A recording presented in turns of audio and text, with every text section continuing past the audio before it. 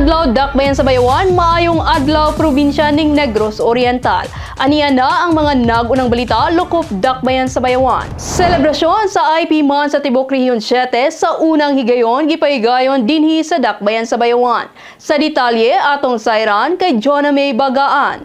Nagatigom ang tanang IP leaders and communities sa Region 7 sa dakbayan sa Bayawan aron ipahigayon ang ingranding culmination sa celebration sa IP Month. Gisaulog sa unang higayon dinhi sa Bayawan ang panapos nga selebrasyon sa IP Month sa tibuok Region 7 niadtong Oktubre 29, 2024 nga personal nga gitambungan ug gisuportahan ni Mayor John T. Raymond Jr. uban ang mga importanteng bisita gikan sa IP communities. Kauban usab niini ang mga magtutudlo ug mga kawani sa DepEd nga gipanguluhan ni DepEd Regional Director Dr. Salustiano T. Jimenez, panaguban sa DepEd Bayawan Schools Division Superintendent Dr. Anilito A. Bongkawil. Tumong sa maong kalihukan ang pagpasidungog ug ang pagpaligon sa kultura sa mga lumad nga nahibilin sa nagkadaiyang lugar sa Region 7 ug sa mga barangay sa Bayawan. Ang kalihukan gibahin-bahin sa mga programa nga nagpakita sa mga tradisyonal nga sayaw, kanta ug uban pang pamaagi na nagpadayag sa kabilin sa lumad. Sa iyang mensahe gipadayag ni Mayor John T. Raymond Jr. ang iyang pagpasalamat sa tanang mga nagsiugda ug ni partisipar sa maong kalihukan. Iya usab gisaysay nga prioridad sa scholarship program sa LGU Bayawan ang party sa IP's group sa umalabot nga Bayon City College. Naglaom ang mga leader sa Bayon City nga magpadayon pa ang mga programa isip pagsuporta sa mga tumandok o mga indigenous people sa umalabot nga tuig. Subay niini niadtong Oktubre 28 sa unang higayon gipasiugdahan usab ni Mayor John T. Raymond Jr. uban ng SDU Bayawan ang floral offering and flag disposal ceremony sa Rizal Park ning Dakbayan. Kini subay sa Republic Act No. 8491 o ang Heraldic Code of the Philippines diin gisaysay nga dili lang basta ilabay ang mga daan nga ugkupas nga bandila kundi tarungon kini og pagdispose pinaagi sa seremonya. Kini si Jonah May Bagaan,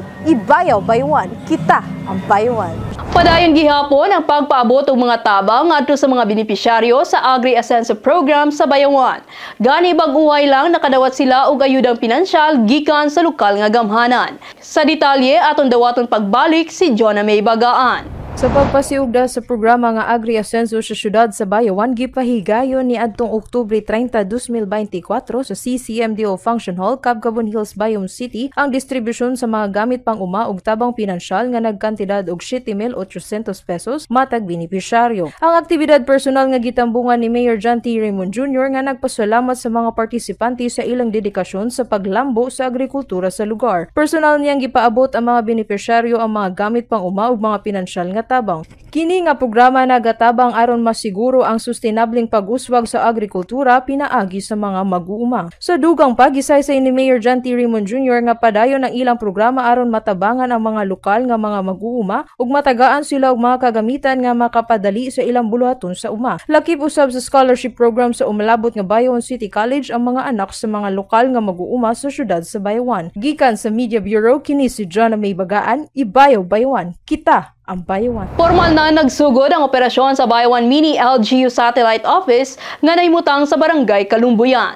Kung unsa nga mga serbisyo ang pwedeng ma-avail sa katawan atong sayran kay Oliver Tasa. Niadtong Nobyembre 4, 2024, formal nga naglungsad ang operasyon sa unang Mini LGU Satellite Office nga nahimutang sa Barangay Kalumbuyan ning Dakbayan. Kini usa ka fully functional nga Mini LGU model on-site nga nagdala og lain-laing serbisyo ngadto sa katawhan ilabig kadtong anaa sa mga lagyong kabaranggayan. Niini nga opisina mahimong ma-avail sa katawhan ang mga serbisyo nga gitanyag sa lokal nga gamhanan sama sa City Mayor's Office, Senro, CCMDO, LCR, City Health Office, Treasurer's Office, City Agriculture Office, City Veterinary Office, CPSO, CSWD ug City Legal Office. Gani, gisaysay usab ni Mr. Ariel Salaw ang Satellite Administrator nga personal nga mobisita sa Satellite Office si Mayor Raymond matag Martes, 1:00 hangtod 5:00 sa hapon ug matag Biyernes, 8:00 hangtod 12:00 sa udto kuyog ang financial team. Gani gipanghingusgan kini nga proyekto sa ilalom sa administrasyon ni Mayor Raymond aron mapaduol sa katawan ang mga serbisyo sa lokal nga gamhanan. Gikan sa Media Bureau, kini si Oliver Tasa, Ibayaw Bayawan, kita ang Bayawan. Pasko na! sa Bayawan. On November 17, 2024, Bayawan will officially start its Christmas celebration. A series of activities have been prepared for this joyous occasion, and get ready to be serenaded by iconic Christmas songs of the father of the Philippine Christmas music, Jose Maricha. Save the date, and together, let us celebrate Pasko sa Bayawan 2024. Ug mao kato atong mga balita nga nakalap sa miaging semana. 43 days na lang, Pasko na. Kini si Judan Empeño, dagang salamat, Ibayaw Bayawan, kita ang Bayawan.